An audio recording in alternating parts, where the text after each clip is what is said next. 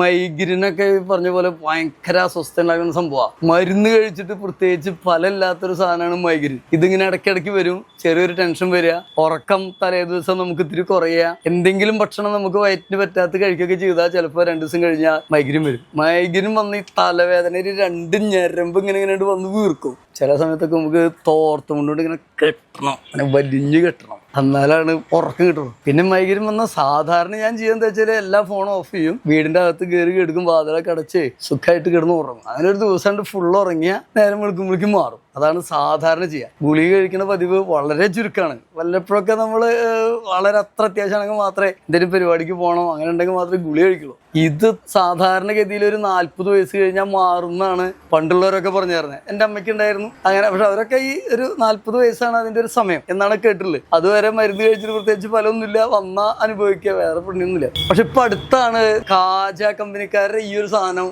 ഞാൻ പരീക്ഷിച്ച് നോക്കിയത്. ഇത് ഉപയോഗിച്ചതിന് ശേഷം ഉണ്ടല്ലോ, ഗുളിക കഴിക്കണ്ട, ഒരു 20 രൂപ വരെ ഈ ചെറിയൊരു സാധനം നമ്മൾ പുരട്ടി കഴിഞ്ഞാൽ 10 മിനിറ്റ് 15 മിനിറ്റിനുള്ളിൽ ഭയങ്കര ആശ്വാസം കിട്ടും. ഞാൻ ഇത് ഉപയോഗിച്ച് തുടങ്ങിയതിന് ശേഷം മൈഗ്രീന് വേണ്ടി ഗുളിക കഴിച്ചിട്ടില്ല. അത്ര എഫക്റ്റീവാണ് എന്നെ സംബന്ധിച്ചിടത്തോളം. എല്ലാവർക്കും ഇത് അതുപോലെ ആവുമെന്ന് എനിക്കറിയില്ല, പക്ഷെ എന്തായാലും എന്നെ സംബന്ധിച്ചിടത്തോളം ഇത് വളരെ എഫക്റ്റീവാണ്. നമ്മൾ പരിചയമുള്ളവരൊക്കെ പറയാറുണ്ട് ഇങ്ങനെ ഒരു സാധനം ഉണ്ട്, ഉപയോഗിച്ച് നോക്കാൻ പറഞ്ഞിട്ടുണ്ട്. കാജക്കാര് ഇറക്കിയിട്ടുള്ളതിൽ എന്നെ സംബന്ധിച്ചിടത്തോളം ഒരു നമ്പർ 1 സാധനമാണ് ഈ കാജ ഓയിൽ.